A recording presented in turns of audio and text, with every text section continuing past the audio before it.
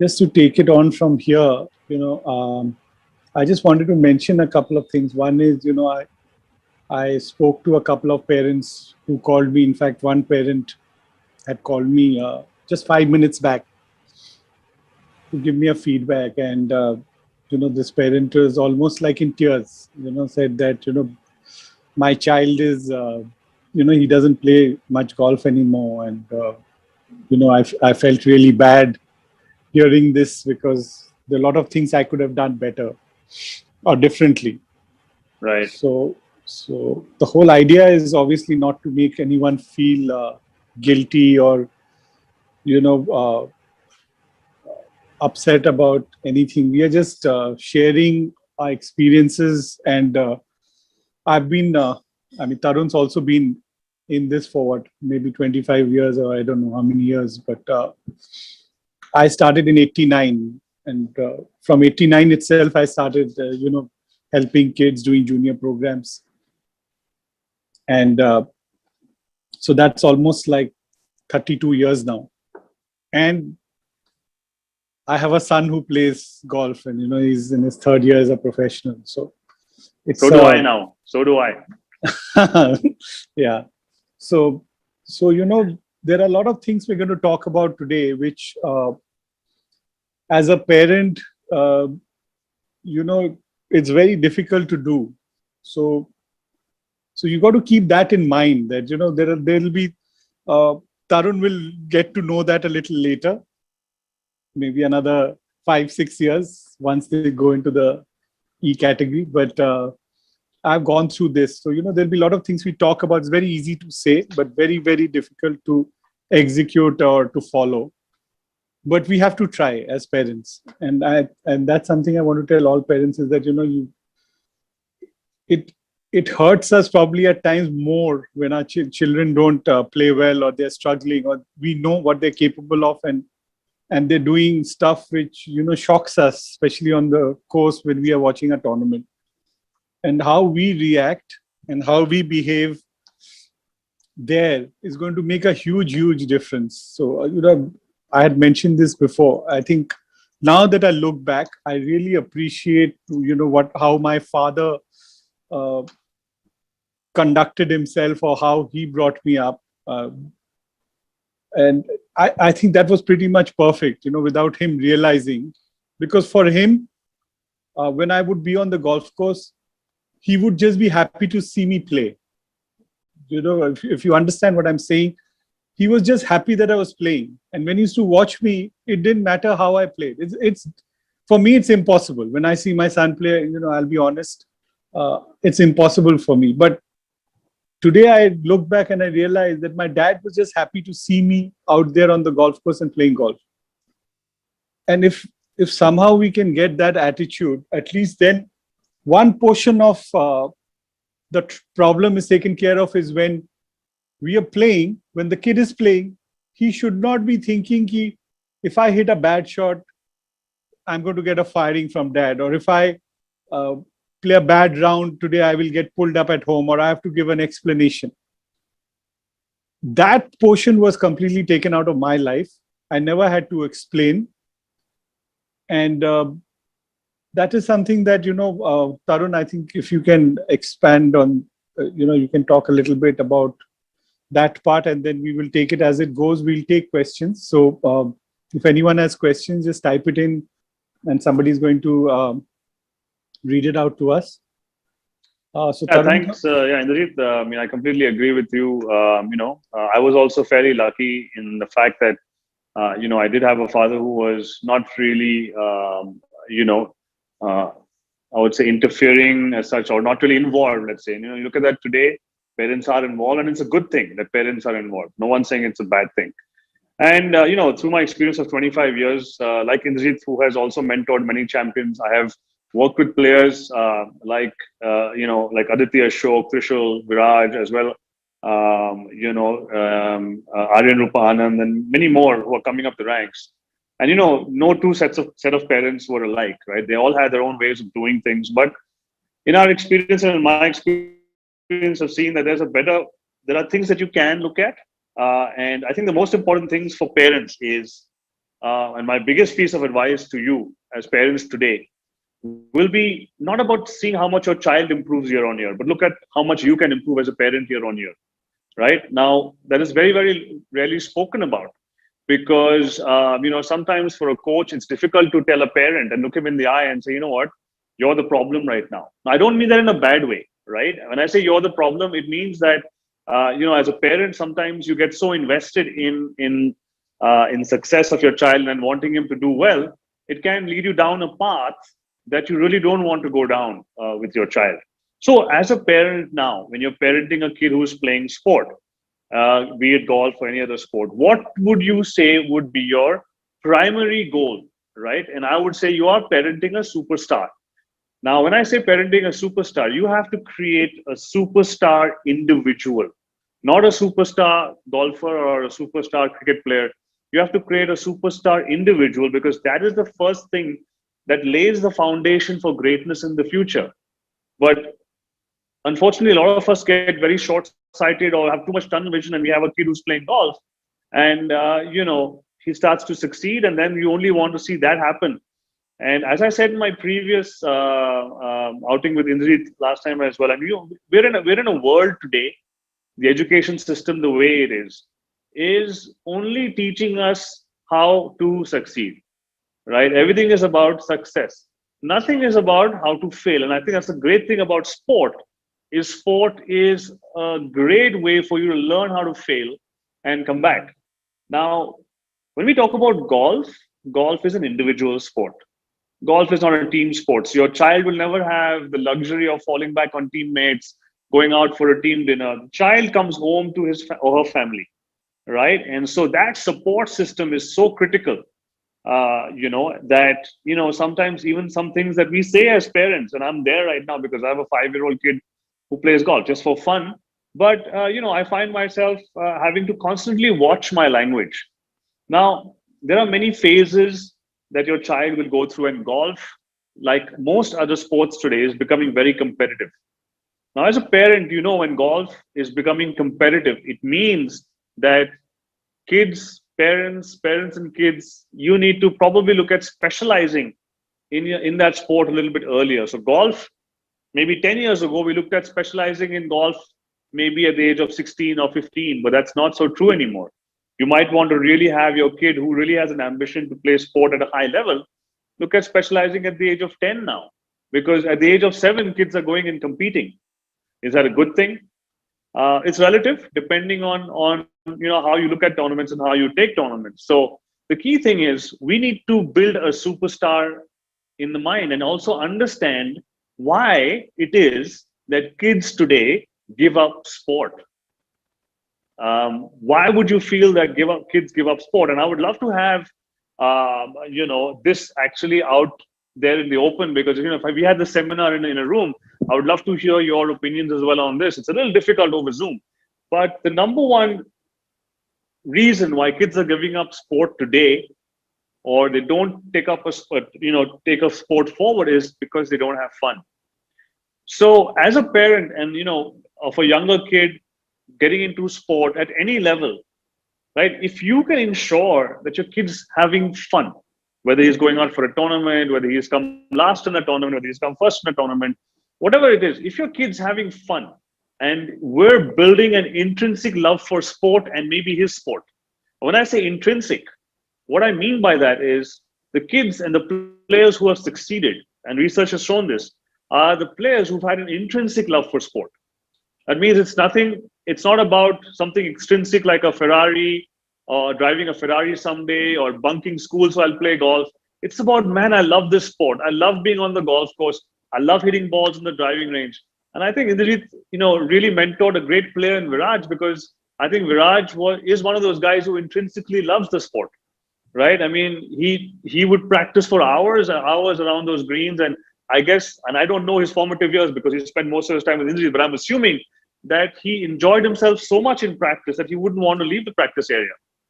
Today, if you look at a lot of practice grounds, you have a parent standing like this, watching the kid and say, beta, concentrate karo, focus. Until I was 10 years old, I don't think I even knew the meaning of the word focus. But and a lot of parents will identify with this, because you will see that it's a now. Does the parent mean badly? No, not at all. As a parent, it's also about you improving yourself and you learning, and learning from maybe some parents who have already done this. Talk to coaches. I would say Indrajit in Calcutta is, to me, like, is like would be my go-to guy if I had a kid in sport. Forget golf. If I had a kid, because here's a man who's played the sport at a high level. He's he plays multiple sports. He also manages to beat me in tennis once in a while. And he understands the psyche of a sportsman, and and how a parent should ideally think. No parent is going to be perfect. We are not here to show you as a parent that you have to be perfect, otherwise your kid will not make it or will not. No, we have to pave the way for the child, right? Now, when I say pave the way, right, does not mean that you remove every obstacle from his or her path either. But it's about paving a way for him to become a superstar in the mind, right? And what all does that entail? And critically, if I were to look at an end goal for all of you parents today who are here, all of you parents today, I would say you need to breed an individual, or individuals if you have more than one kid in playing sport. Breed an individual who develops an intrinsic love for sport and remains active for life. So that when your child is 35, he may be on a professional circuit, but if he's not, his idea of fun would be going on a 30-kilometer bicycle ride, or a 4-hour cricket game, or a 2-hour tennis match, rather than sitting at home. Is just to build that healthy, active lifestyle, right? And if you work from that standpoint and that goal, everything else funnily becomes really, really easy, right? Now, on this topic, and Indrajit, please, Yeah, cut in so I whenever just you can. wanted to I just wanted to go one step back, when you talked about enjoying and having fun. So and I think one parent typed also that youngsters are burning out. So you have to understand one thing. Burnout can only happen when you're not enjoying yourself. You can never burn out by doing something that you enjoy yourself. So for a youngster, if he's burning out, means that he's not having fun.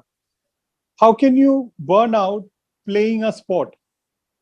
And for golf, it's not even that physical, where if you keep doing something very intensely, then you are going to burn out. So, or you're going to injure yourself. So for golf, I think if you're going to be burning out, that means there is a problem where we've stopped enjoying ourselves and we are actually looking at trying to work at it.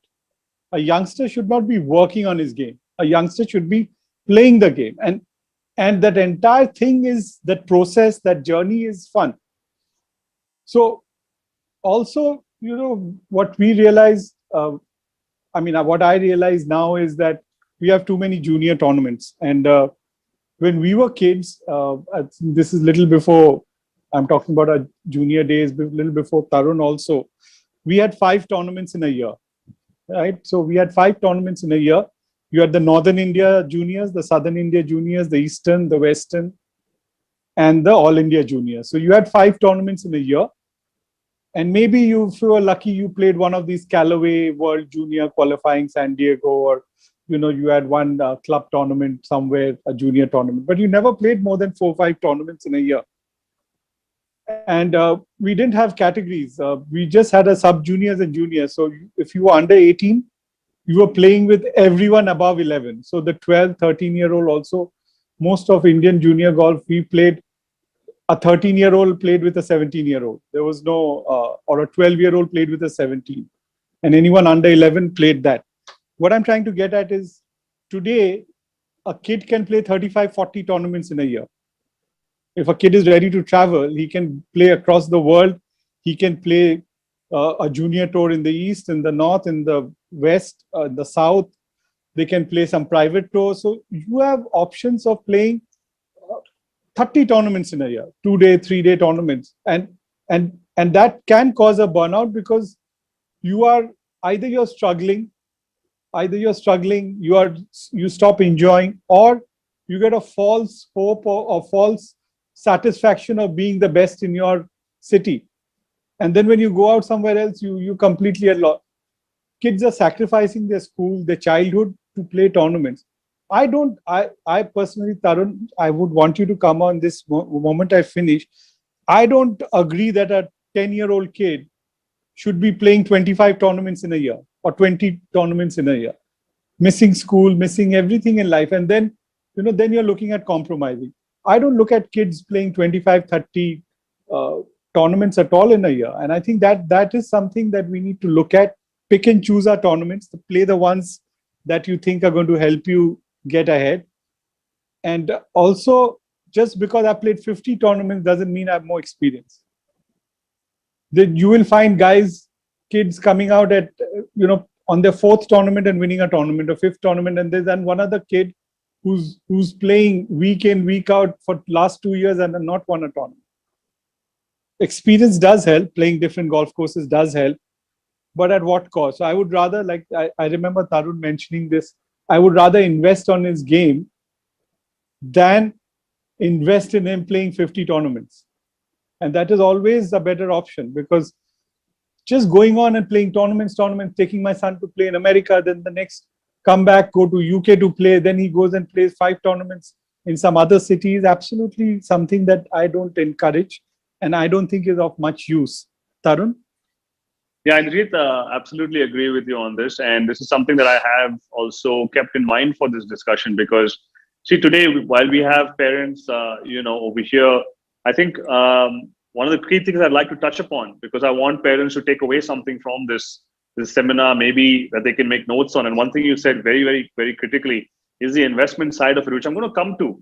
It's very, very interesting when you actually come to the investment side of it, because you can spend a lot of money that it's not required to be spent as well. But just quickly, I want to take parents, and those of you who want to take notes, please do that, because this is really good for your education. I'm just going to share my screens here. I hope that's okay. Just going to talk about a few things. And the one thing I want to talk about really is, can everybody, I hope Shreya, can you see my screen? Yeah. Yes. Okay. I think for parents, if you have a pen and paper, especially parents of younger kids, let's look at the stages of training. Okay. Now, the first stage is fundamentals.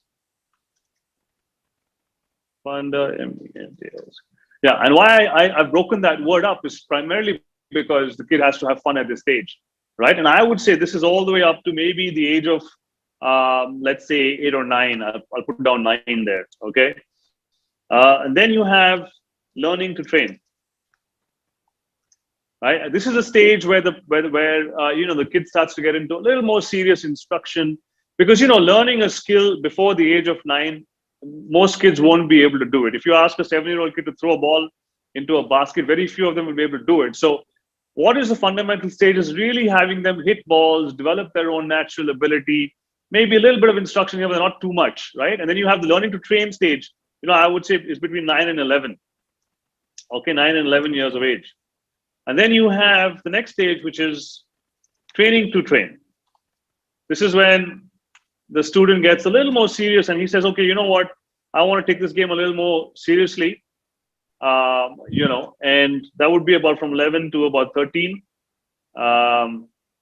It's 11 to 14, right? During this time, what the player is actually learning is how to become slightly better on the driving range, be more effective, work more on short game, just become better at actually improving skills, right? And we're not really talking about competition even at this stage, right? And I'll come to that aspect. I'll come to the competition aspect just after this. Now, the fourth stage is training to compete.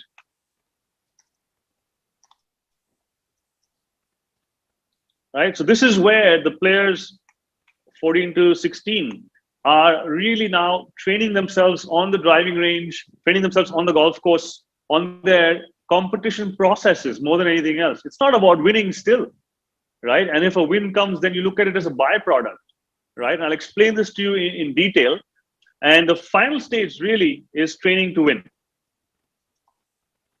So when you have a kid who's playing golf today, right? And you've had a kid, most kids are starting at the age of 8, 9, 10.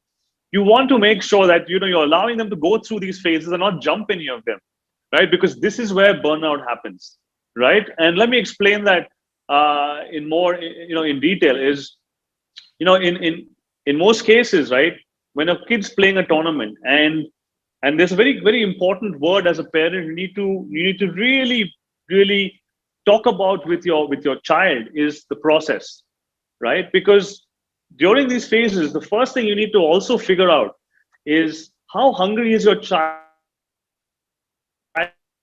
success at that level. Because I'm okay with the kid playing golf and playing it for fun. But if your child is telling you, mom, dad, and most of them by the age of 10 have probably decided this already, that I want to be a pro golfer, right? At this stage, you want to start allowing them to go through those phases, and then see if they really have the hunger to be the best, right?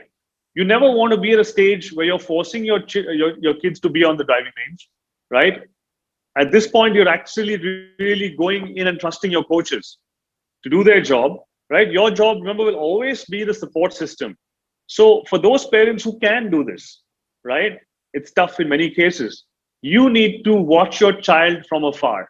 Never stand on the driving range with your kid, right? Unless it's a safety issue, right? If your child's being given a lesson, stand as far away as you can and observe, right? Now, what you will see sometimes is very interesting, right? And also, when you leave your child alone, what do you think is going to happen? When you leave your child, a younger child, especially on the driving range, right? He might lose focus, he'll be distracted. Question you need to ask yourself, is that such a bad thing, right? Because that's when your child is probably having the best time on the driving range, interacting with people, maybe they're going into a putting competition with his friends, and he's subconsciously learning, right? Rather than standing with him on the driving range, right? And telling him to focus. Or now, if you do stand on a driving range, right? And this brings me to my next point about about language. Now, if um, if your language that you use with the kid can also be improved gradually, right? Your kid is going to want to really hang out with you on the golf course or in the sporting arena. Now, I've done this with a lot of my kids, and I've actually asked a lot of my kids, what, would you like to go out and play a round of golf with your dad, or whoever, a mom, who was the person that normally, and probably 10% of them, they enjoy it. Less than 10% of them, right? I ask a lot of kids, and there's a reason for that, because of the interactions that's happening between the parent and the child. So how should the interactions be? Now, coming back to the stages, I'll come to the language as well, because language is important. Indrajit, the language you use has to be so positive all the time. I'm just going to share my screen and show you something that, about a little kid, maybe who's practicing. Sia, can you hear the volume? Yeah. We're getting ready for a round of 5 holes today, which Drona wants to play. So, Drona, are you ready? You have to speak into the camera because the camera can't understand. Yeah. Okay, now what are you doing right now? What are you going to do right now? Warm up. You're going to warm up. Yes, good. So, which club are you taking? The 9-9? 9. All right, let's see. Come on.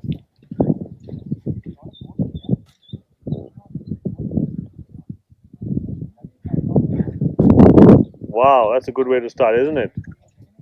Don't worry, don't worry. Remember, Dona, after every shot, as your coach Ravar said, you got to smile, right? Right? Where's the smile? There it is. Okay. Come on, let's warm up again. Good. Very good. Remember to get the right foot up, Dona. Don't forget that, right? Golf is all about style. It's not about how you play. It's more about how you look. Let's go.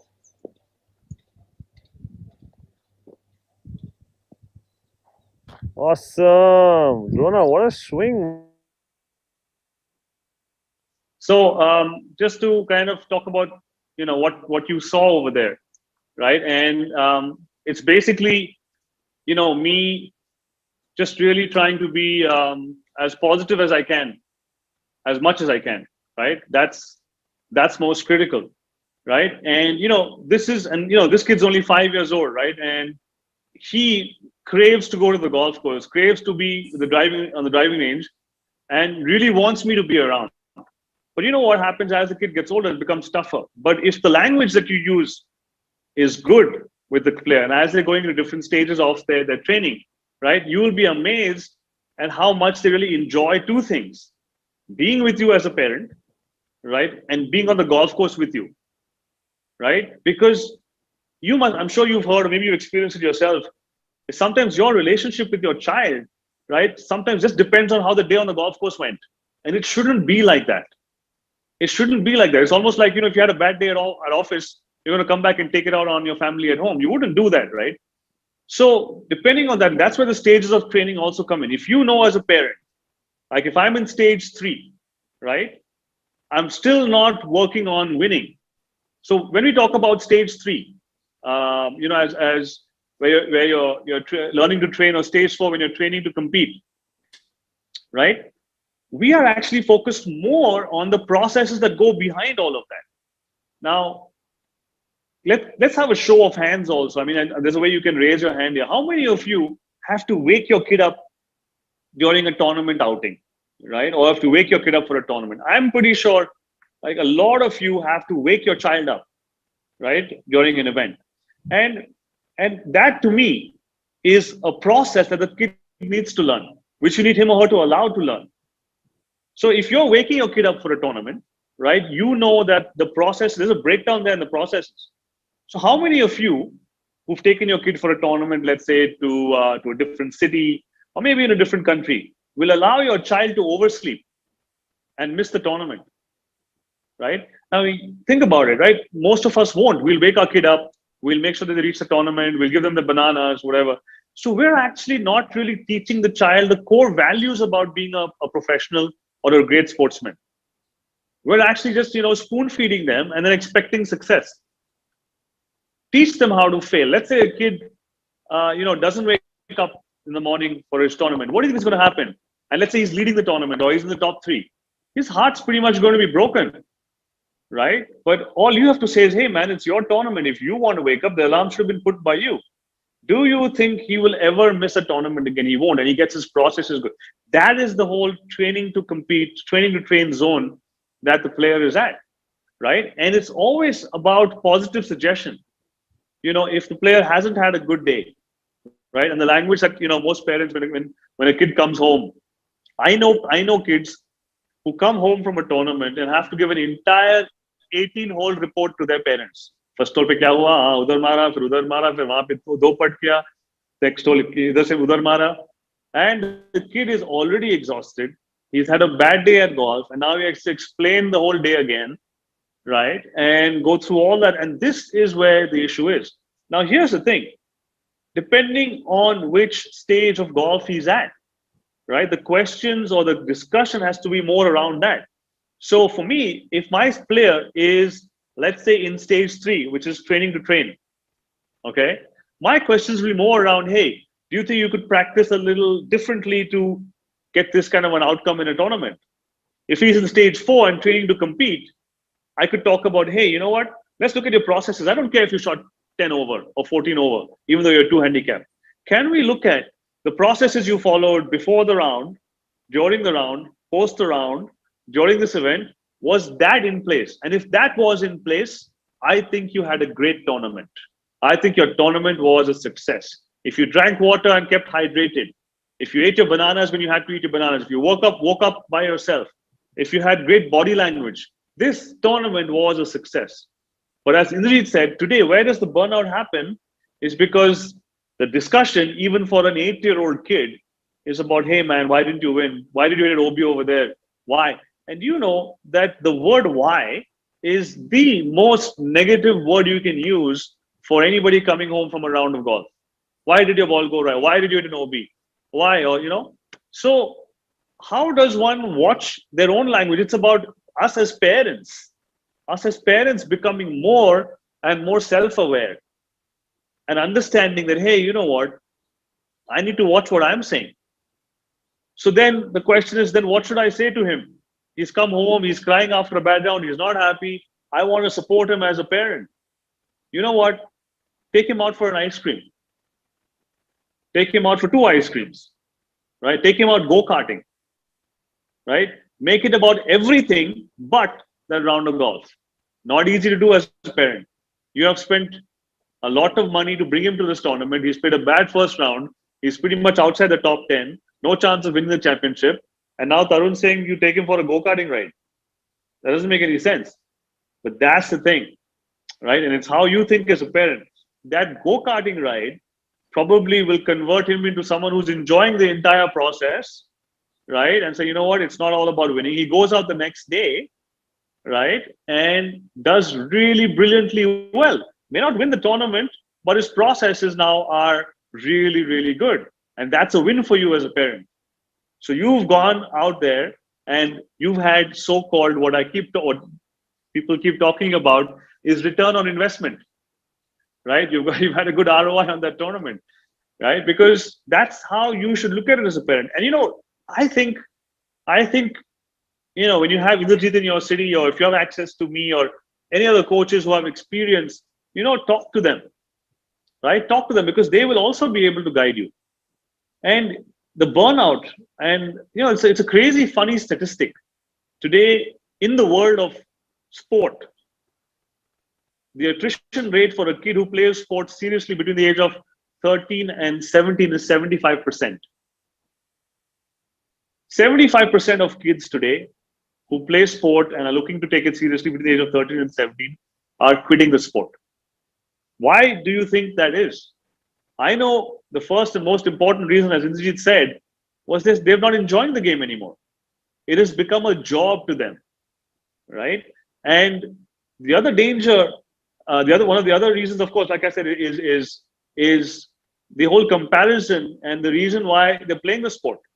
And I used to beat this kid by 45 strokes, and now that kid is beating me. I can't take it anymore, and because and there's so much competition today. If you go to a tournament today, right, and these are truths that today we cannot hide away from. There is competition amongst the parents, which is even more than amongst the kids, because my son or my daughter has to be better than everybody else's, right? So, it's a hard. So Tarun, I'll just come in here. I just want to kind of give you my experience as a parent, and this is, I think, about 6 years back. I think when I took my son to play 2 tournaments in Pune. One was at Oxford and one was at the Pune club. And generally, my wife used to take him, and this was the first time I think I took him to a tournament, because I just wanted to see how he was doing. And I remember sitting in Oxford, in the restaurant, and I was sitting alone, and there were parents in different tables. And what shocked me was the conversations that were going on. There were people talking about, how this kid is playing, who his coach is, and why that kid is playing well, and who his coach is. So it was like a competition among coaches. So that was one line of discussion. Second line was, I found some of the parents absolutely. I mean, I was amused to see them running around, getting bananas, getting water, and some kid getting penalized, and the parent is hysterical. Somebody is fighting. Somebody's talking about some. I mean, it was like a soap opera. It was like an absolute spectacle. And I'll be very honest. After that tournament, after that day, I stopped going to the golf course. I used to drop my son off, and I used to leave, and I used to come back and pick him up. And I would not hang around the club because I couldn't take it anymore. And I realized that how involved. And let me tell you, out of those kids who were playing, I think, if I remember, about 15, 20 of them, maybe 1 or 2 is doing well and playing the circuit. Rest have all probably quit. I will give you an example of Viraj. There was one kid who used to beat Viraj in every single tournament that he played in, and Viraj would finish second when he was in C or D category, I think. And I used to have discussions with his parents also at some times, when they would say, "Oh, how this kid is playing so well. Viraj can't beat him. We are really worried." I said, "There's no competition at this age. He's only 11 years old, 10 years old, and we just focus on where he gets at 16." So what Tarun was showing, is absolutely true. So we were working towards getting Viraj to a standard which we set at the age of 16, 17, and not at 10, 11, 12. And we didn't really care whether he was winning a tournament or losing a tournament or losing to that kid. Now, unfortunately, that kid doesn't play golf anymore. I mean, whatever may be the reason, but this child doesn't play anymore golf. And look at where Viraj is. He's the youngest professional golfer ever to win on the Asian Tour, an Indian professional golfer. So what I'm trying to get at is, the involvement of parents has to be to an extent where we give them that emotional support. Sometimes parents say, oh, he's not motivated. My child doesn't want to get up in the morning, doesn't want to play. Then so be it. You cannot be forcing a champion to wake up in the morning and drag him to the gym and drag him to the golf course and then expect him to be a winner. The day he becomes big enough to turn around and tell you that I don't want to do this anymore, he's going to do that. And that is something I've seen. I don't want to take names, but I've had kids who won. We used to have 8 tournaments on the junior tour. He won 7 and finished second in 1. And today he doesn't play golf anymore. And when I meet his father once in a while, I know that the parents or the father pushed him to a point where he stopped enjoying the game. And one day he became physically big enough to tell his father that, listen, Dad, lay off. Don't force me to do this. I don't want to do this. Till then, he was scared. He was physically scared of his dad. This is one extreme. But this is how the burnouts happen. But if we let the kids go out and enjoy themselves, it's going to be a completely different ball game. Now, I'm going to come to motivation, how to motivate and as a parent. I'm going to come to that. I'm going to let Tarun take this forward, because this motivation is another very important factor where we as parents don't know what to do. When my child is not enjoying the game, my child is struggling, my child is playing really badly, what do I do? And that's a question that every parent, I'm sure, has. And trust me, there is no real answer, but we will discuss this a little bit after Tarun takes over. And also, I would like some questions to keep coming in, because it should not just be a 1-hour lecture where, just me and Tarun speak, but I would like some of you to put in some questions. Tarun, can we take 1 or 2 questions? Yes, let's see. Okay. There's a lot of hi hellos here from Mr. Jaitit. Jaitit loves his computer, I think. So he said hi to everyone. Get started with the questions, sir? Yeah. So actually, there's a question here from Manoj Sharma. I think Manoj is from Bangalore. How do parents, especially parents that play golf, motivate the kids? Right. I think Indrajit, you were talking about that, right? Right. Just now. And can I take that question? Yeah. Okay. So Manoj, nice to have you here today. And motivation for a kid. What motivates a kid today to play or do anything? Right? There's only one thing. He or she has to have fun. Now, if he's looking forward to going to the golf course every day, that he's motivated, right? If he's looking forward to go for his golf lesson, he's motivated. If he's looking forward to the next tournament, he's motivated, right? And as a parent, what do? You've got to just try and fuel that by making sure he's having more and more fun every time he goes out there. Right? So Tarun, now, I want to come in just one point Sure. I want to make. I'm talking totally in terms of sports psychology, and that's something that I studied a lot, and I also help a lot of kids on the mental side. And this is something that I want every parent to ask their children to do without fail. Once we are done, you can even make a note of it. I want every parent to ask their children that write an essay, no matter how old the child is, 8, 9, 10, 14, 15, 17, write an essay, a nice 2-page essay on why I play golf. And that essay and tell him to take 2 days time, but to sit carefully, think about it, and just write all the reasons why he plays golf or she plays golf. And that essay is going to be the motivation for that child for the rest of his or her life. Trust me, that essay needs to be framed and kept in your house. All of them will write that I love playing golf.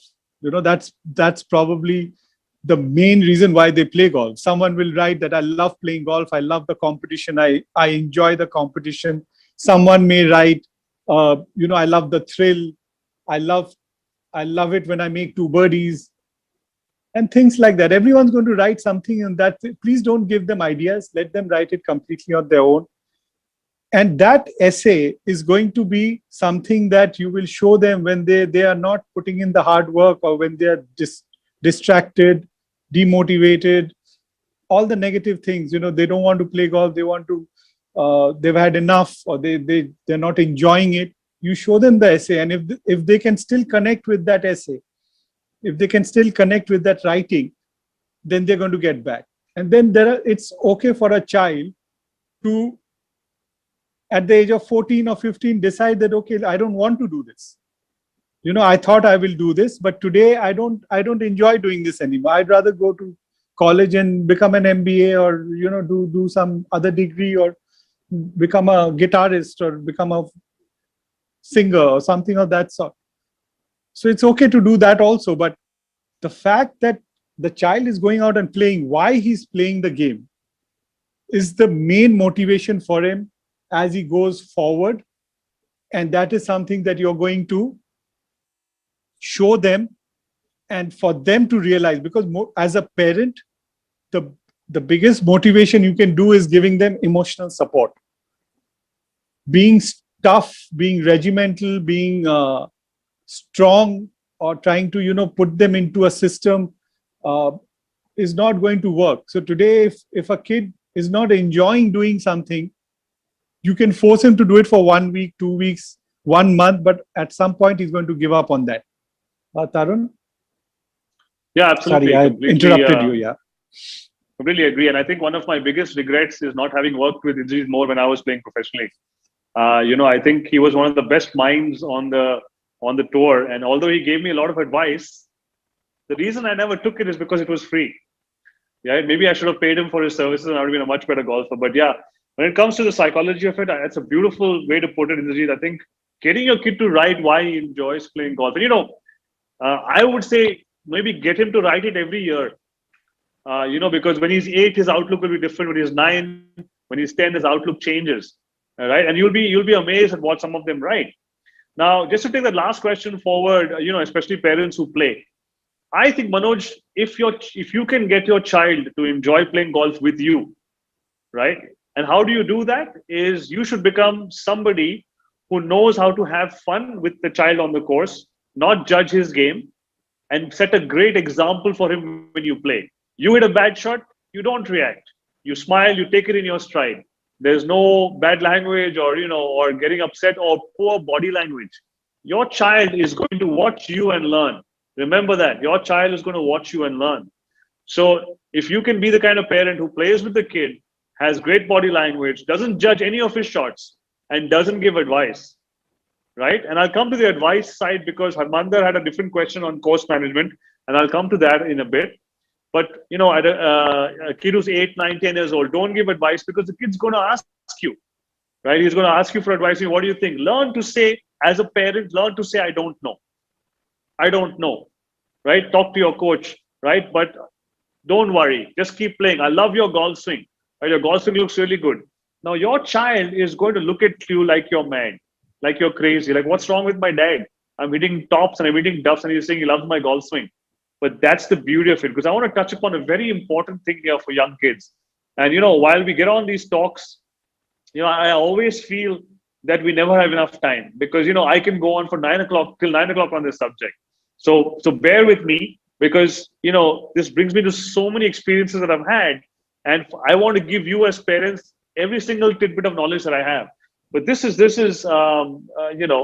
I think very, very, very important in understanding how important the subconscious mind of a player is, right? And what your job as a parent is to program your child's subconscious mind. How do you do that? By just being positive about everything that happens on the golf course and being positive about everything that happened on the golf course when you're at home. And your child sometimes is not going to understand it. He's going to come back from a bad round of golf. He's going to come back from a bad tournament and say, you know what do you mean? You like my golf swing. What do you mean you loved my drive on the fifth hole? It's going to slowly, set into his subconscious mind that he is a good player. Because there's a very fine line between the conscious mind and the subconscious mind. And I think till the time a child is about 11 years old, his subconscious mind is absorbing everything, all the stimuli around him or her. And we need to make our children believe that they are awesome, so that no matter what they do in life, assuming it's golf, right, they are going to be great. But today what's happening is there's so much negativity going into a child's brain, right? It's leading to the burnout. Because today kids, they don't enjoy competition anymore, many of them. And Indrajit will back me up on this. They actually fear competition. They don't want to go to the next tournament because they're worried if they play badly, then there'll be repercussions. What are we trying to create as a parent? We're trying to create a fearless human being. How easy or difficult is that? I think it's both easy and difficult, but if you put your mind to it as a parent, you can create that child, a fearless kid. And all you have to do is basically make him think that he or she can do anything, right? There's a water hazard at 170 yards. Go for it. Oh, but then I'll have to hit a driver. No problem. But my ball might go in the water. No problem, right? Hit it. Few balls go in the water. No problem. Learn to say no problem. That's awesome. I love the fact that you went for it. I love your swing. I love the fact that you're aggressive, right? What you're doing is you're reinforcing in that child's mind, right, that they are good, right? And they are going to be fearless soon. Today, watch your own child, right? And watch their development. As they are young, when they're younger, inhibitions are much less. As they grow older, 9, 10, 11, 12, inhibitions set in. So a kid who had a chance to be super great is now at 12, he feels afraid to take his driver out on certain holes because he's afraid of missing the fairway. You do not want to have your son or daughter think like that. You've got to get them to be okay with failure. Hit that shot, hit it fearlessly, and be okay to fail. And what will happen? More often than not, that child will succeed. But you as a parent have to be consistent in this thought process for many years for it to go into your child's head. And how do you do that? Right? It's not easy. So yes, your job as parents is tough. Keeping them motivated is tough. Keep the language positive all the time. Make them fearless. Right? And when they're fearless, trust me, they enjoy the game more. You try this, all of you parents. Go out one day to the golf course, play with your friends, but play a fearless round. Hit driver where you normally would hit 4-iron and be okay with the result. Right? Attack a flag that normally you'd go and play center green for, irrespective of the outcome. And you will actually then start to see how much fun golf can be. Right? And that's what you want your kids to experience, the fun side of golf. It's okay to hit the ball out of bounds. It's okay to hit the ball in the bunker. It's okay to have a 10 over par round when you're a 2 handicapper. Right? As long as you played the game the way it's meant to be played.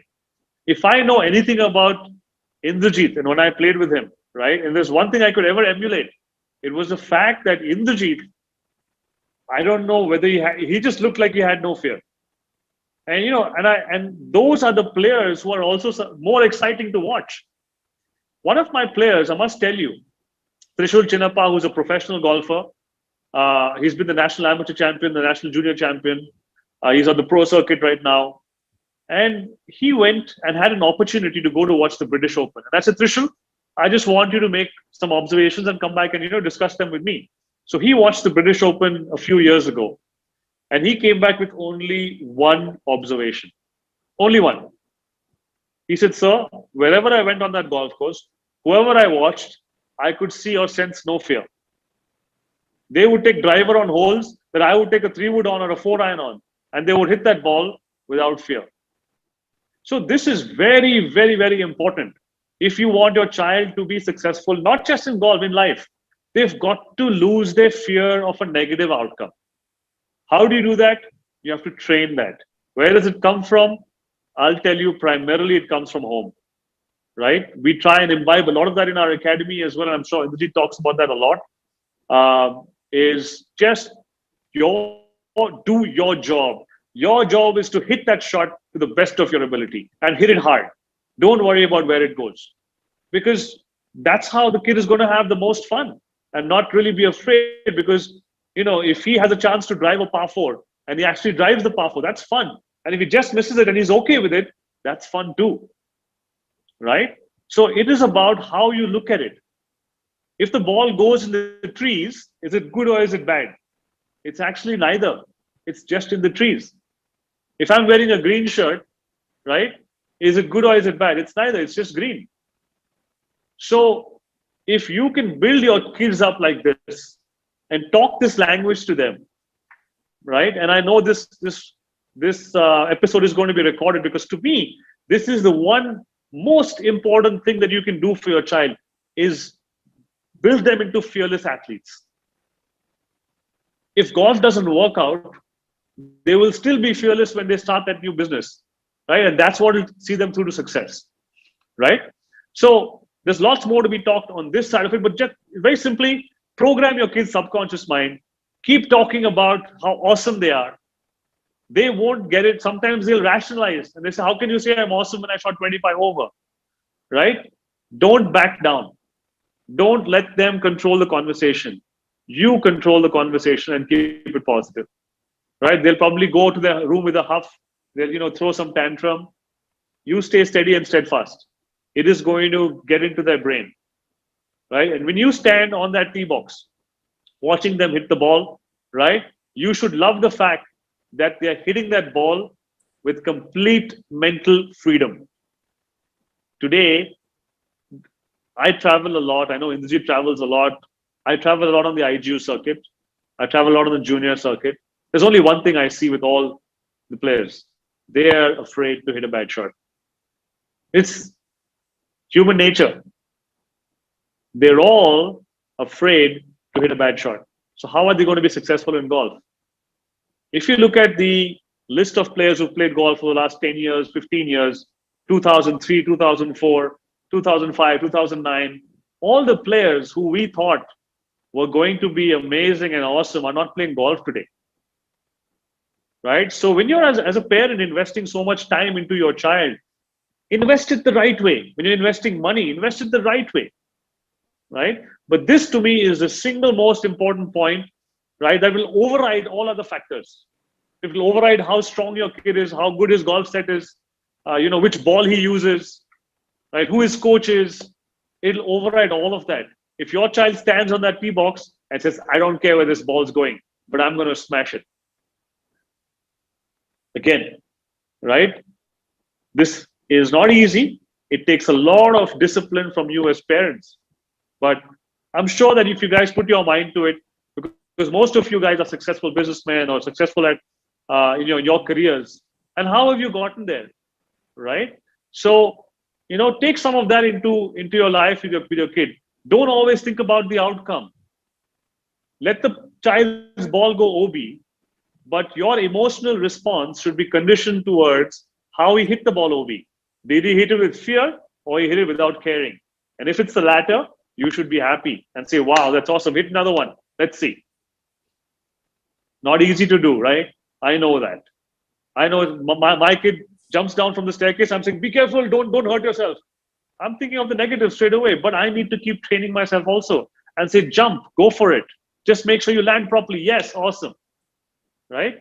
This is most important. So I think Pushpam Jha says, in my opinion, the last point can also be training to be in contention, as you may not win every time. Pushpam, I will have to disagree with you over there, because in the elite stage of a player's development, right, training to win is training to beat the rest of the competition, right? And that's what you have to do. But how do you do that? Not by focusing on the win. I'm not saying you focus on the win. You focus on world-class processes, playing without fear, right? And playing golf the right way. And then that's how you're training to win. You're not training to win by thinking about the win. You're training to win by thinking about everything that goes behind your child winning that competition. Because between the age of 16 to 18 is a critical time where that kid has to start winning, right? And at that point, I would say 18, 19 is where they take a call on where to go with their career. And we have a question on that as well. Okay, from Manisha, who says, this is a great talk. Can we touch on 18 plus players too, keeping the mind in the prevailing condition in the career path? Right now, the first thing you have to do, Manisha, is do an assessment of your child at the age of 18. The first and most critical number would be scoring average. What is your scoring average, right? And what is the scoring average required for your child to turn professional? So let me give you a little statistic. You might want to take this down. It's an interesting statistic. Your child has to reach a scoring average of 2 under par before you should even consider him or her turning pro. Why is that? Because if your kid is playing 2 under par on average, I'm not talking about one particular tournament, on average, if your child is playing 2 under par, right, he or she can play on any tour in the world. 80% of all the prize money in the world is won by players who shoot 2 under par or better. That is a statistic that you need to know. 80%. So if you want to get your kid in that 80% bracket, they need to reach there. So if your kid is, let's say, for example, at the age of 18 with a scoring average of 76, right? You need to now evaluate your options. Are you willing to support him for the next 3 or 4 years? Because from 76, it's a 3-4 year journey to becoming scoring average of 70 or 69, right? So you have to see where your child is, and like I said, if you're somewhere close to a coach, call up the coach. And what I do with all my players and parents is always have a sit down with them first and say, you know what, here's your child. I'm not going to lie to you. It's a 7-year journey. It's a 5-year journey. It's a 3-year journey, right? And once that is clear, you know what you're in for. And then you take a call as to whether you want to support your child or not. Today, unfortunately, we have a lot of 18, 19, 18-year-old kids who are on driving ranges all across the world. And they are, doing their best to become pros, but they're not there yet, or they haven't got there yet, or they're in a tough situation. For me, the number one thing as a coach, and I went through this when I was 23 years old, is you have to have somebody who will tell you the truth, who will also tell you that now it's time to move on from this journey, right? Very, very, very important. So that is where your coach and your mentor comes in, to be very, very realistic. I often have to tell players that, you know what, your time is over. You've given it a good shot. You did your best. It's time to move on now. And there has to be an assessment. And it's very difficult for a player. When I was 23 and my coach told me that, you know what, it's time to give up the sport. And trust me, this is a coach who was meeting for the first time. I went to see him to improve my golf swing. And he tells me, Tarun, right, you need to give up the sport. You need to give up playing competitively. Right? It's my advice to you. And it was very, very hurtful. I was very, very upset. But today, in retrospect, it is one of the best things that ever happened to me. Because for the first time in my life, someone told me the truth. So 18 plus, you got to see where the child is, get an assessment done, see where he's at. And at that point, take a call. So Barun Agarwal says, as a golf playing parent, is it okay to play with your child regularly, even when he or she is more tense playing with the parent? Okay, right? So now you need to change this around, Barun. You need to make sure that your kid looks forward to playing with you because he knows you're not going to judge him. Can you get to that stage with your child? So you need to start playing with your kid, stop judging, be a good role model, have him have great time with you on the course, and there's no way your kid's going to be tense. Especially, Barun, you're like a 3-4 handicapper, right? So, I mean, you are also a very, very good golfer. So, I think, just your son enjoying himself with you is going to learn a lot more. If you're a really good golfer, most kids copy their parents. And 90% of the children have something in their golf swing which is, a little bit similar to their parents. So, I would, strongly recommend, especially anyone who plays golf, mother or father, play with your kids and just like Tarun said, just enjoy yourself. That is the key, that they should go out and enjoy But if we are giving them lessons or trying to correct them all the time, they're not going to have fun playing with you, and they won't look forward to playing with you. So Barun, you are such a good golfer. Technically, I mean, Barun's also a friend of mine, and we've grown up playing golf together. So I can take his example. How old is Barun's kid? How old is he? He's 11 or 12, I think. Good golfer. He's my student. I mentor him also. And I think if both of them just go out and have fun, which I'm sure they anyway do, but just focus a little bit more, they're going to really, really enjoy themselves. So the whole idea is that when we go out with our kids, we should not be actually giving them lessons, but just go out and enjoy yourselves. Yeah, and one of the key words that you must write down, maybe, I keep telling all my kids also when I mentor them, as I'm sure Indrajit does as well. I tell them to write a lot of stuff on their walls, write down their dream on the walls. But for parents, there's one word I would like you all to write down on your wall every morning.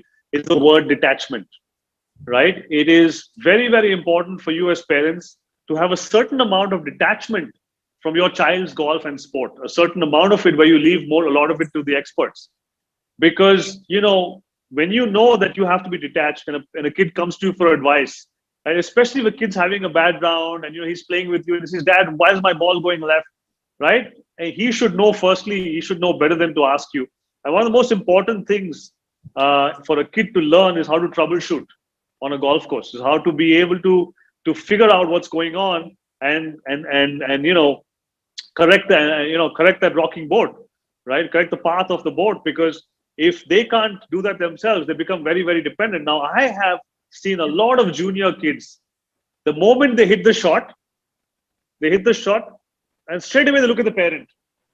What's the parent saying?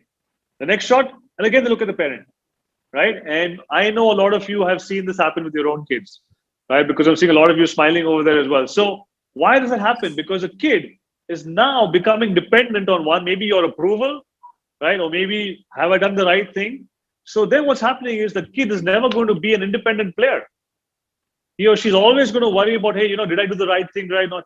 And that is where my thing about you building a fearless athlete, allowing them to take their own decisions and allowing them to fail with a bad decision, right? So Harmander, this brings me to your question. Harmander has asked us, as a parent, can we give advice to the child on course management on a particular course when they're traveling? Like if the child is having a dilemma, which club to hit on a particular hole off the tee.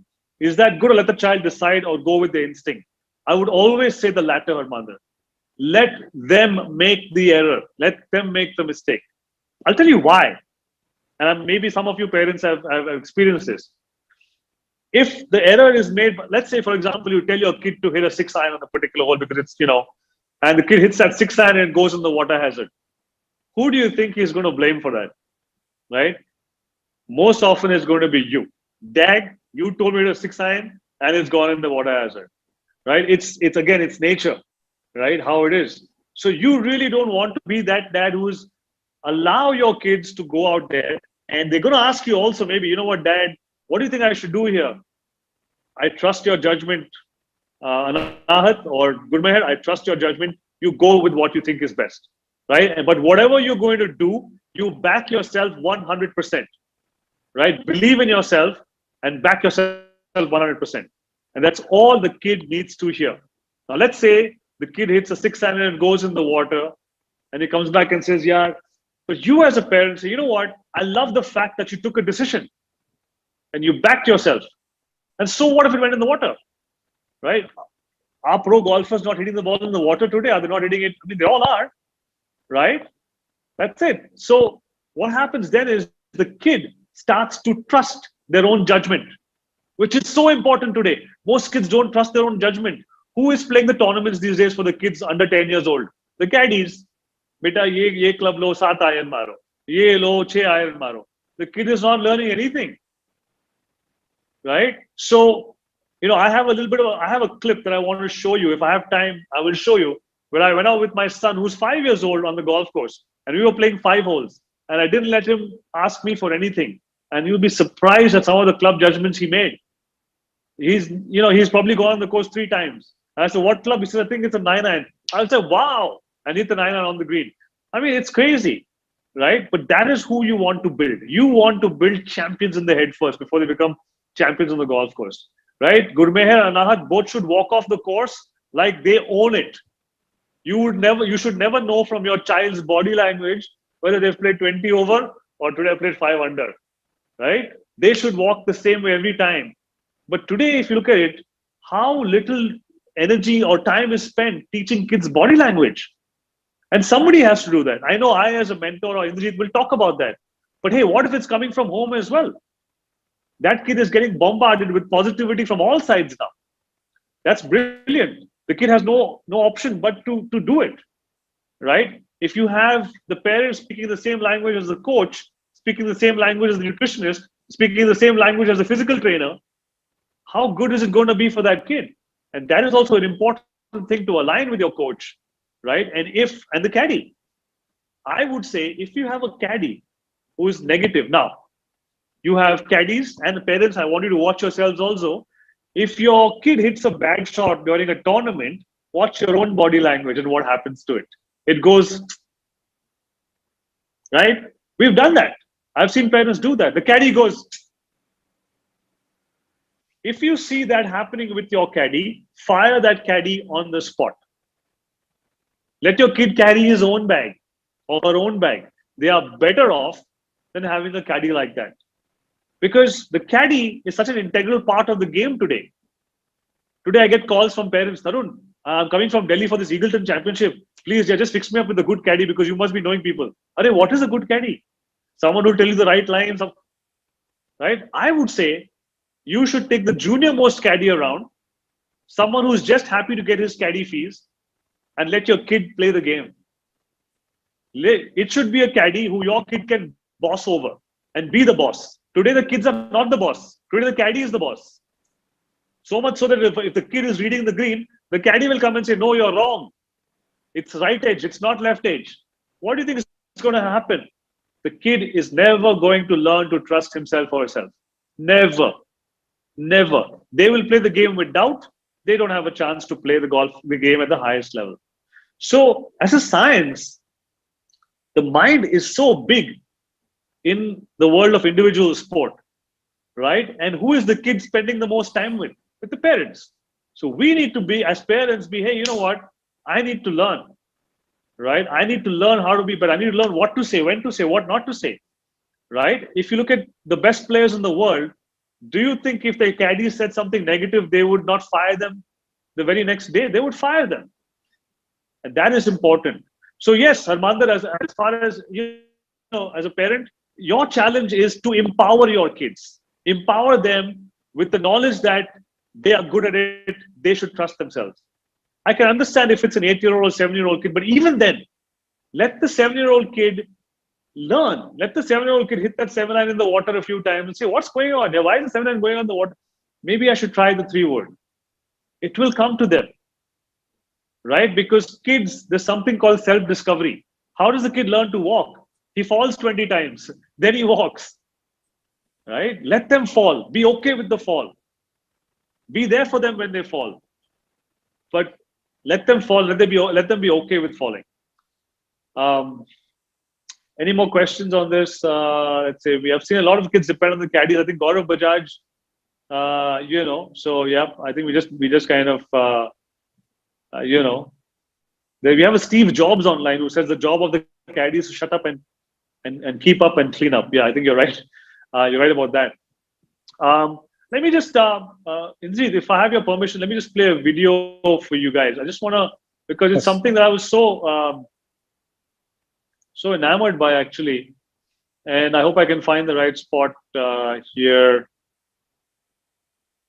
Just a minute.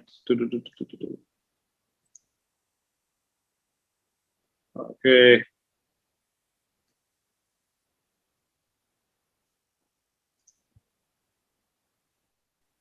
So yeah, can I share my screen? Yes, sir. Okay. Also, that's right. Okay, come on. Aim at your target. And when you're ready, fire.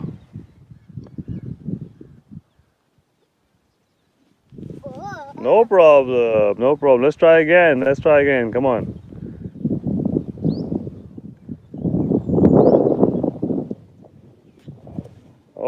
Okay, no problem. Pick up the tee.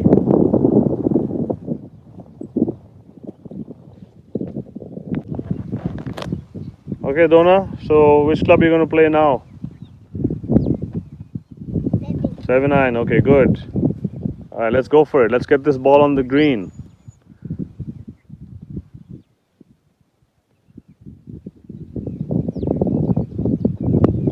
What a shot, Dona. Wow, right in the middle of the green. Beautiful shot. So, I mean, that for me, I think is absolutely great. As a kid, being able to just, figure things out at the age of 5. How did you know it was a 7? Maybe it was a guess. Maybe it was a lucky guess. But, if you can just let them do things on their own, I mean, you'll be surprised at how good they actually are. Just teach them to trust themselves. And Indrajit, do we have more time? I do want to touch on a few more things. Do we have more time Yeah. or? No, we have time. But I would like to just have some parents, if they have any questions, we'll take that, and then. Yeah, I think we've got most of the questions covered, Indrajit.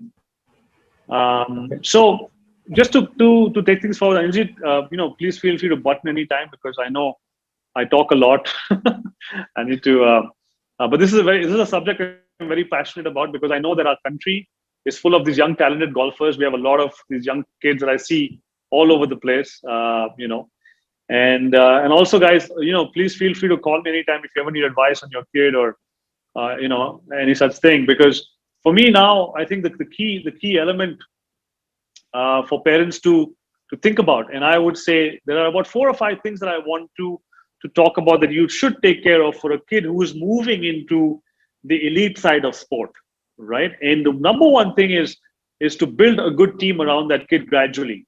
Because remember, every time you add a team member, when I talk about a team member, I'm talking about maybe nutrition, physical training, sports science, physiotherapy. It costs a little bit more money, right?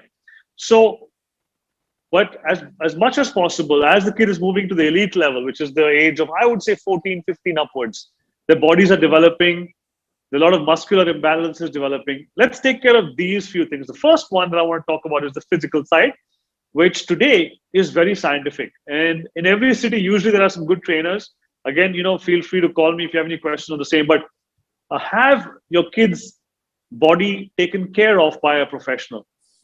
Because golf being a one-sided sport, one side of the body is getting more activity than the other. There are bound to be imbalances. And what do imbalances do? If my left shoulder is stronger than my right, or my right lat muscle is stronger than my left, it's going to lead to a compensation.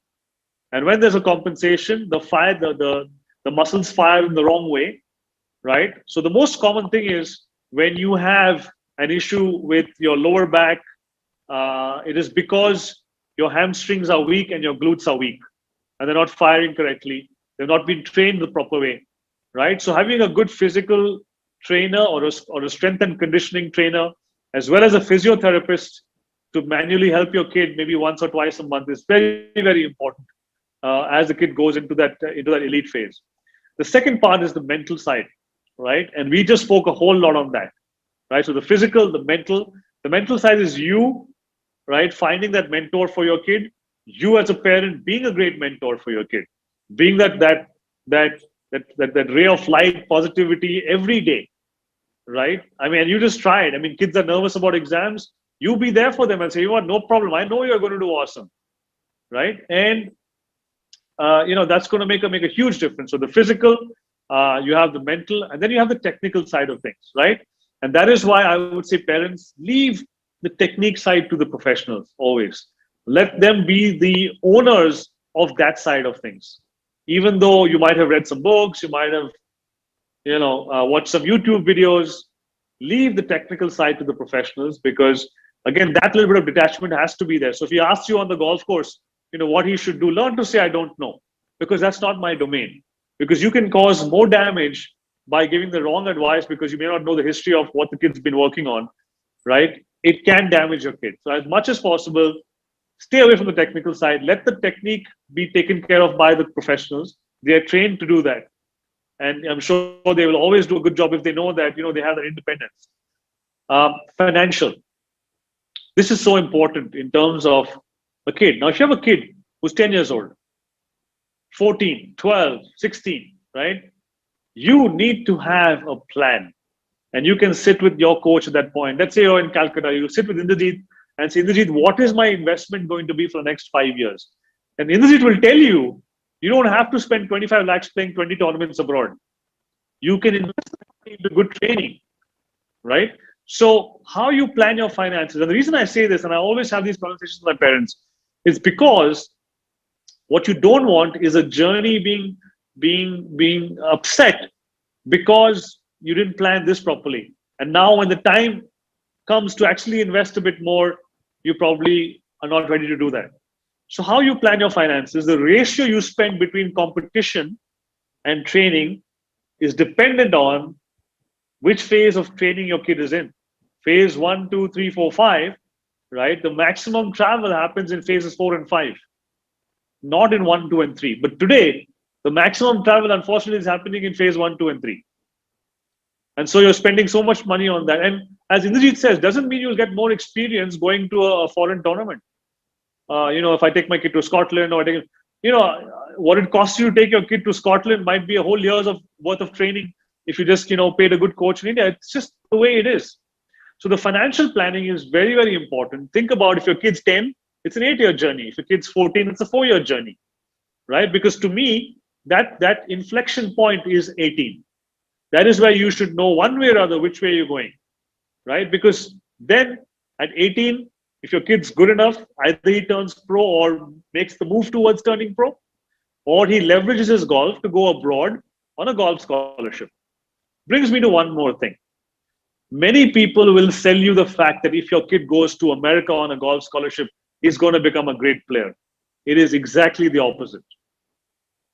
If you send your kid to play college golf in the US, unless your child is already at a scoring average of 70 or 69, right, he's probably not going to make it as a golfer. There are reasons for this. The number one reason is, right, American college golf is super overhyped. But you might say, then what about Jordan Spieth and what about Ricky Fowler? Hey, those guys were already good. They were already so good that they had to go to some college. They went there and then they stepped on to the tour. If you look at Jordan Spieth, he dropped out. Tiger Woods dropped out. The system of college golf does not make you a great player. College golf system is good if you're already great, because then you're already going out and competing and performing. So I just want to add something there. If you look at the history of college golf, the kids from America, the kids who live there, parents live there, they're the ones who are successful. From our time, we had Jeev going there, Atwal going there. Everyone that from my time who went there pretty much quit college and came back and played golf. I think only 1 or 2 managed to hang in there and finish their college, and very few actually then took golf as a profession. So if you're looking at college, if an Indian kid is looking at college golf as a stepping stone to professional golf, and let me tell you, this is my personal feeling, so I may be wrong in some cases, but I don't see that as an option. The only time it may be an option is if the parents have the capability or the financial or the logistics support to actually move there and maybe set up a base and maintain a base there, and your child goes to college and plays golf. That probably is the only way I see. Otherwise, I would say that 90% of the kids who think that they will make it through college golf, a foreign kid, kid especially from India, I think the success rate would be less than 10%. And that's my honest experience, as well as. I completely agree with that. And I'll tell you, there's a reason for that. Yeah, go ahead. Sorry. No, carry on, Tarun. I'm done. Yeah, there's a reason. There's a reason for that, right? And of all the players I've seen in the last decade go abroad, right? Everybody has come back with a higher scoring average than they went with. Everybody has come back with a lot of mental anguish because they were told that, if you go to US, that's the place to be. Now, parents, just understand this. If you want to leverage your child's golf to get a scholarship, to get a good education, do that. Don't expect them to come back with a great game of golf, because that does not happen in America. Because American college golf teams are not run professionally like you would handle them, let's say, in your home city, because they don't have coaches. They've got to go out and search for their own coach. There's no proper sports science program there. They just have to go to the gym twice a week and show their face. And this is the sad reality of it. And I know kids. I know a kid from Singapore who was the #1 amateur in Singapore when he was 16. Went to San Diego with a scoring average of 74, right? And he was obviously sold this big dream. Came back with a scoring average after 4 years of 76. I know Raksha also, who went from Pune, a great golfer who I thought was going to be a great golfer, had such a bad experience that she doesn't play golf anymore today. And I can give you innumerable stories. One of the kids from my own academy who went abroad on a scholarship last year today wants to come back, because he says, I get zero support here, like I got at the academy in India, right? And he is not able to play. Viraj Madhapa is a good example. I know Indrajit told him not to go to America, but he went, and it's good he went because he experienced it, but he also saw the reality of the way things are. You have no support system in America, but you have a lot of agencies who will call you and say, you know what, your kid's won this tournament at the IGU. I can get him to Alabama University or Northwestern, or I can get him there. And that's the route to the PGA Tour. If you ask any of these guys to give me a call, I guarantee you they will not. Because most of these agencies know me today, right? And I have told them very clearly, can you name one player in the last decade who's gone through the college golf system? And they can't. They really can't. Shiv Kapoor went to Purdue. Shiv Kapoor's scoring average was already about 69 point something before he went.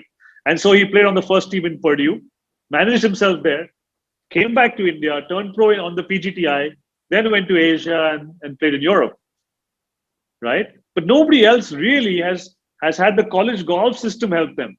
The golf system does not help them. They help themselves if they can. Also, I just wanted to, tell parents, a lot of parents are not aware. A college coach is actually not a golf coach. He's a manager, and he's someone who manages the team. And initially, I'm talking about the early 90s, when my students went to America, they said, oh, I'm going to get a American coach who's going to teach me golf. After 3 months, they call me and say that, sir, this coach is actually a manager. And that is actually what it is. The college coaches are not professional coaches. So they're not even probably anywhere close to our C or D category coaches, because they're there to handle the player. They're making sure that they have their schedules in place. They're doing their studies in time. They're putting in their number of hours that they need to go. Their clothes are in place. Their golf clubs are delivered. So they're basically handling you. They're not really teaching you golf. Yeah, Tarun, yeah, and there is a huge lack of professionalism in the American college golf system, which we don't see here because we are only hearing all these things. I've had kids who've come back to me, to our academy, from even academies in America, some big golf academies in America. And it's very mercenary, guys. Remember, right? It's better to have a coach who really cares about you and your success and your future, right? Than be one of 200 kids in the world's best academy. It doesn't work like that. So yes, if your kid wants to leverage golf to get a great education, but please don't give them dreams of saying that the college golf system is going to help you become a great player, because it's not, right? Yes, leverage your golf, go out there, have a great time, learn, get a good education, come back with a great degree. But, let's not look at golf, because essentially what happens is those 4 years, you lose out a lot. There is a lot of things that are unspoken about on college golf teams. Like, for example, if I'm an Indian and I go onto the college golf team, they usually bench me for the first year because I'm a freshman. They say, let the older players play this year. You just practice and work hard on the team. It happens. There was a girl from Pune, like I said, who went up, and she was made to run up and down the staircase as fitness, and she injured her ankle and has had a problem ever since. So, you don't have a professional setup over there. There have been a few college coaches who've called me because they want to recruit some of my players currently. And all I ask them is, tell me about how you manage a player. And when I ask them some hard questions, they don't have answers to it. Right? So it is not easy for your child there to be in a college, get a 3.0 grade point average, which you have to maintain, find a coach somewhere in America who they can trust and who cares about them, right? Find a physical trainer, a strength and conditioning guy who really cares about them and wants them to do well. You're not going to get that. So then the whole college journey goes kaput. So that is something that you guys need to be a little aware of as parents. That is not part of the stepping stone. And sometimes it is financially also, because maybe you'll get a 40% scholarship or a 60% scholarship. If it's for the education, go for it. If it's for the golf, I strongly suggest to stay in India. And it's very simple. Who are the guys who really made it big from this country? Aditya Ashok, Anirban Lahiri, Shubhankar Sharma, right? They didn't go to US college, right? They made it through our system, which I think is a very, very good system. So think about that, sometimes. So when you talk about the financial side, very, very important. One more thing that I want to talk about is a word called ownership. This journey, right? When the kid is younger, as he grows older, the ownership has to shift completely onto the kid. So by the time a kid is 12 to 14 years old, the entire ownership of their journey, their coaching, their practice, their hydration, their nutrition, right? Their preparation is all on themselves. Because if you don't allow that to happen, right, you're never going to know for a long time whether your kid has it or not. Because today many players are spoon-fed because they have parents who love them so much and they just don't want them to not succeed or not do well. And what happens is the whole 10 years that they spend trying to nurture this kid goes for a toss because that kid never learned how to be on his own or her own. And today in individual sport, the key for me is the player has to be comfortable with being uncomfortable. I'll repeat that. The player has to learn to be comfortable with being uncomfortable. And if you don't make your child uncomfortable, right? If you're always trying to make sure they're comfortable, buying them the bananas, waking them up in the morning, fixing up their golf lessons, doing all that, they are not going to learn to be great players. They will always look over their shoulder to say, hey, is mama there or is dad there? So I need some help. Very, very, very critical. And through this journey, when you give them the ownership, you'll also know where the love is. Do they have the hunger? Is it intrinsic love for the sport? And hunger today is so important. How many people make it as a professional? Today, if I go to even RCGC or if I go to Tolly and I ask 100 kids who play golf, what do you want to be when you grow up? They say, I want to be a pro golfer. But what's the percentage of those 100 kids that are going to actually make it? Probably 1%. When I say make it, I don't mean a career on the PGTI. I'm talking about a career on a foreign tour. 1%. So how do you make sure that your child has the best chance to jump into that 1%? If you do things that everybody else is doing, and if your kid is doing things the way everybody else is doing, probably not the answer, right? So think about that. Let your child take ownership gradually, not immediately. When the kid's younger, obviously you've got to be there for them. Shift the ownership onto the kid, and then you watch the magic. And you will know one way or the other whether your child is really cut out or not. Because when a parent calls me and a parent says, Tarun, can you take a look at my kid's swing? Does he have potential? Nobody's swing tells me if they have potential. Let me interact with your kid for 1 year. Let me see him for a year. Let me work with him for a year. I will tell you if he or she has potential. Because one thing's for sure is I will see, right, how intrinsically motivated they are to be the best. And simply by giving them homework, giving them tasks, the kids who are not going to be doing the tasks are not going to be great. I mean, to give you an example, I'm a big believer in statistics and stats, right? Because I love data. And when I was training Aditya Ashok, and I think she was 11 or 10 at that time, she was entering all her data from all her rounds into a software that we were using. she would not mess around, so much so that if she was in Malaysia playing a tournament, she would call home and her mom would open up the computer and then she would enter the data for that round. That is how intrinsically motivated Aditi was. And you know where she is today. It is that 1% that you want your child to become or to get into that zone, right? And it doesn't happen at the age of 8. It happens over a period of time. But you as a parent have to facilitate this, which is why for me, I love it when a kid misses a tee off time because they overslept. I love it. I love it when a kid fails at something or, has a really bad round in a tournament. Because to me, that is those are the things that will help the kid really grow as a human being.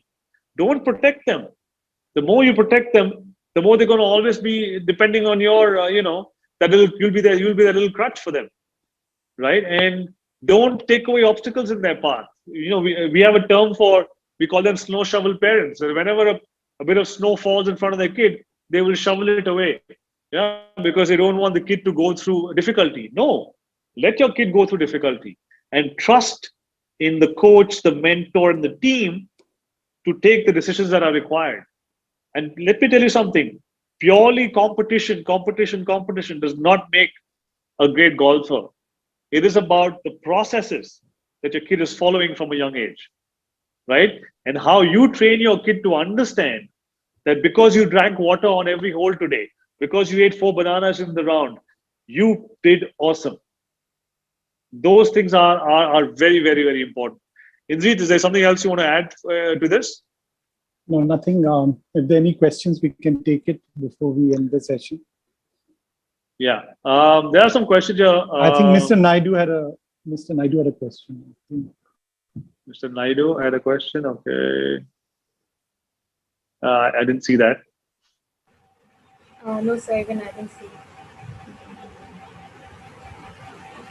So there's one question. Any questions? Otherwise, there's one question from Mr. Steve Jobs. I don't know who that is. Doesn't playing college golf make the player more independent? I think we've already answered that.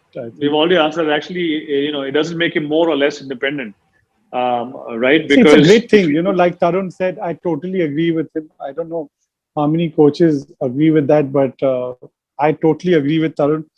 When a kid wants to go to America, and there are so many, kids who think that going to America is going to suddenly make them into superstars.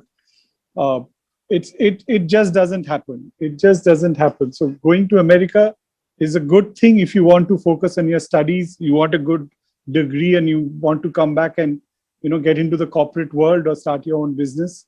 It's a great thing to do. College in America is obviously a huge advantage. It's a really good experience. It makes you independent. It does everything that is good, but becoming an athlete is not one of them. And even people say that Arjun Atwal went to college in America. Well, he quit college and came back, turned pro in India, played for a couple of years, and then went on to the Asian Tour, and then finally went back to America as a professional golfer and got all his success. And even though he had a home there, he really didn't play any college golf. He played zero college golf. I know Jeev also quit college, came back and turned professional here. So even from our generation, which is from the early 90s, which is now what, 40 or 30 years or so, 30 years or so, it's the same story. It's just the same story. Tarun said that, 1% make it on foreign tours. If there are 400 golfers on the Indian tour, maybe one guy makes it. So I would say 0.25, 0.2, 0.3% actually make it as a golfer, and probably 0.1% make a living out of it. So you have to keep in mind that what is the lifestyle you're looking at. Today, if a caddy's son comes out and plays professional golf, whose father, his father's earning 10,000 rupees a month or 20,000 rupees a month, and he turns a professional golfer, earns 7-8 lakhs a year, and he's upgraded in his life. But today, if a kid is coming from a background where his father or mother or the family income is say 2 lakhs a month, or 3 lakhs a month. For him to maintain a lifestyle playing pro golf is going to be 0.1%. I would not even say 0.1% to make a living out of golf. And that is the reality in professional golf. Today, somebody who's earning 10 lakhs a year on the PGTI tour is also spending money on his golf, on his club membership, on his practice, on his caddy, on his food, on his rent, which is all what he's paying for. What is he going home with? He's not even making 1 lakh a month. So, golf as a career is a great thing. It's a great dream, but trust me, it's a journey which is very, very tough. And unless what Tarun mentioned, I want to stress on that. If your kid is not shooting under par consistently, Tarun said 2 under a round average.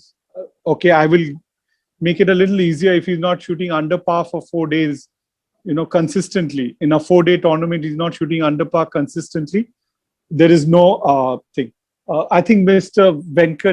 Venkat's got a question. Can you unmute Venkat, because he's also a teacher, and I would like to take this question. I would want him to ask this question himself. Can you put your camera on? One second, I just put my camera on. Maybe the lights are off, but I'm connected with the phone. I completely echo with what all you guys have said, and it's not about coach, it's not about parents, it's not about anything. I come from a background of a sportsman all through my life, right from generations. And to be very, very honest with all you guys and what you guys have said, and I echo the same sentiments, attitude is intrinsic. I heard the word intrinsic be said by Tarun, but I would want to rephrase that word as attitude is intrinsic. Today, I am being part of customer service. I made my career in customer service in many facets of life, with Tatas, with Airtel, with Reliance in telecom, and I completely echo with it. And I have no doubt in what both of you spoke. It's all about the attitude. It's so very intrinsic. It's not about being able to afford as a parent, as a coach. It's all about what the kids have it in them.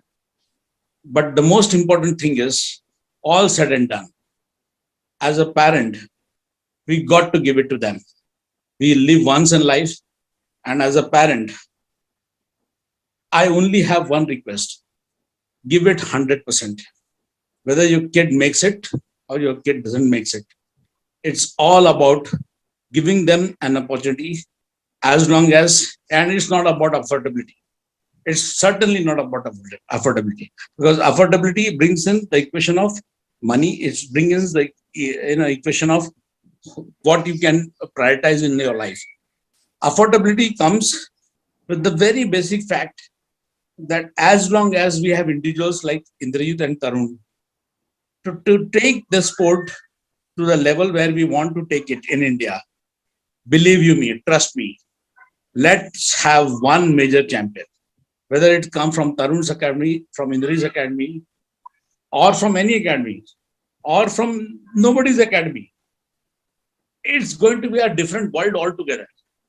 With Phil winning majors at 50 years, I mean, while I posted it in Tarun's, Indrajit's Elite Golf Academy, where I was able to post it in his CFL Academy, I was not able to post it. Doesn't matter. What is important is, please believe me, trust me, I was wrong. 50 years, this is not the right word. He was at 50 years, he's just about to turn 51 years, and he made it happen. So it's about to make things happen in life. My only endeavor, all about what I've heard is, it's not about how, it's about why. If you just step back and look at why Apple is such a successful company in this world, they all spoke about why. It's not about how. And I'm sure, Tarun, don't take me wrong, you started the conversation with why, but eventually you take it to how, and I completely echo with how. It's about not how, it's about why. As long as everybody who's in this call, they understand the essence of why we should be involved with golf in whatever sphere of life that we are in whatever that we are doing in life, it doesn't matter. What it matters is what are we here in for golf. It's a game of life forever, GOLF, game of life forever. Trust me, guys. I have echoed this many times with Indrajit sir. I've had a great relationship with him, and I have got a very short time with I spent with Tarun in interaction with him when Kunal was in his academy. Trust me, guys. Both of these gentlemen has got the same philosophy in life. They have got the same, the ways and means can be different to achieve things in life. But this is specifically for the parents in life. Thanks, Venkat. Trust me, guys.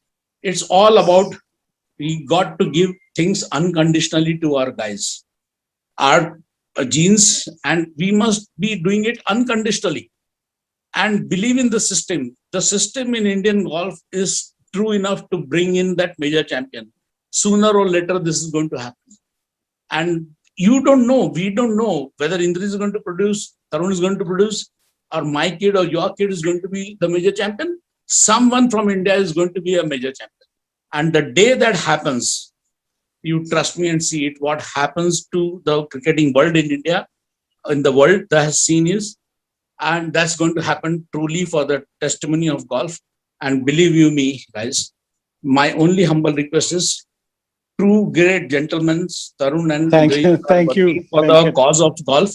Let's endeavor to put our hearts and soul and our mind into it to make it happen. That's the only request I have. Thanks. So Venkat has also been a Ranji Trophy player. So, he's played cricket at one of the highest levels and a coach. So just coming back, just one thing.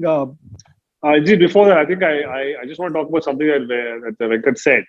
And for all you parents, while we talk about this grim figure of 1% making it and, 0.5% making a living of it, guys, remember the journey that you put them through for the 10 years of trying to become a world-class golfer. There is nothing to substitute that because sport is education. Sport is one of the best educations your kid can get. So whether your kid makes it or doesn't make it, they are going to be much richer, much wealthier as a human being with that experience of having gone and tried to become a world-class sportsman. They will be more disciplined, they'll be healthy, and they will understand failure, right? And they will be able to take failure much better. So that whatever they do in their life, they'll be great at. So it's a lot about the journey. And as I said in the beginning, is about creating superstar individuals. That's what my goal with all my students is.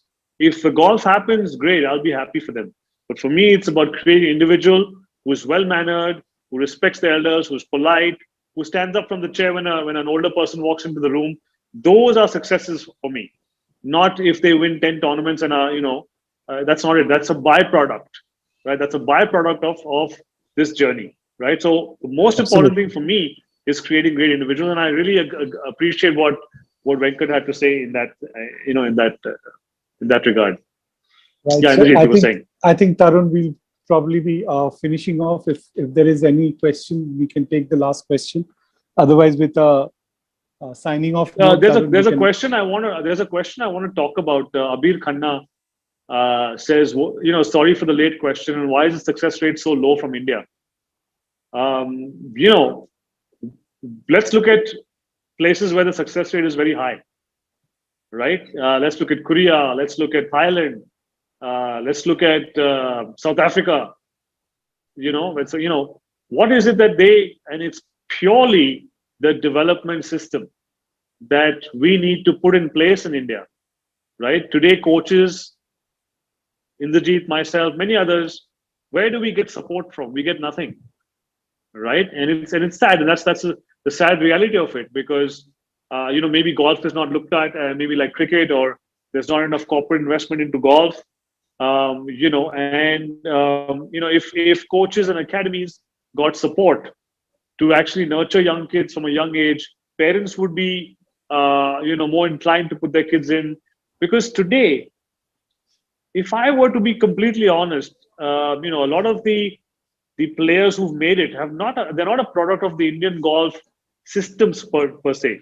They are the product of the hard work of some coach and some kid who've gotten together and done a great job. Like Anirban Lairi and Vijay Devecha is a great thing. Viraj had the good fortune of working with Indrajit Bhalotia in his formative years. It's not the golfing system in India that created that. What we need is a great system of golf where every zone has high performance academies, coaches being taken care of, tournaments, being held, kids having exposure to international events. There's so much that goes into it, right?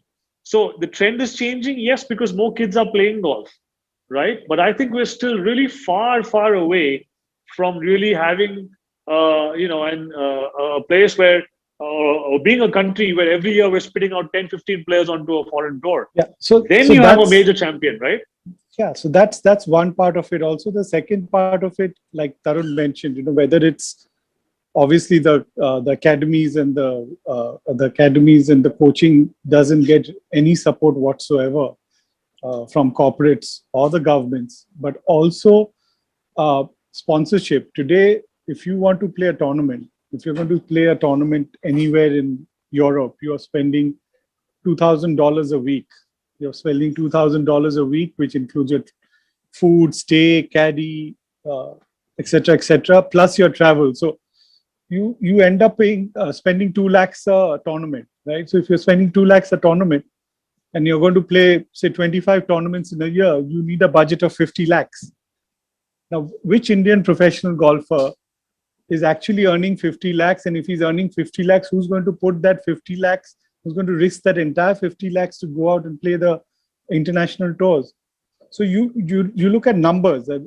If you look at numbers, there are hardly 3 or 4 Indians. There are hardly 3 or 4 Indians who go out and play in the world. I mean, in Europe or in America. And out of those 3, 4, pretty much all of them are good players and doing relatively well. But we don't have that numbers. You have hundreds of Americans playing on the European as well as the American tour.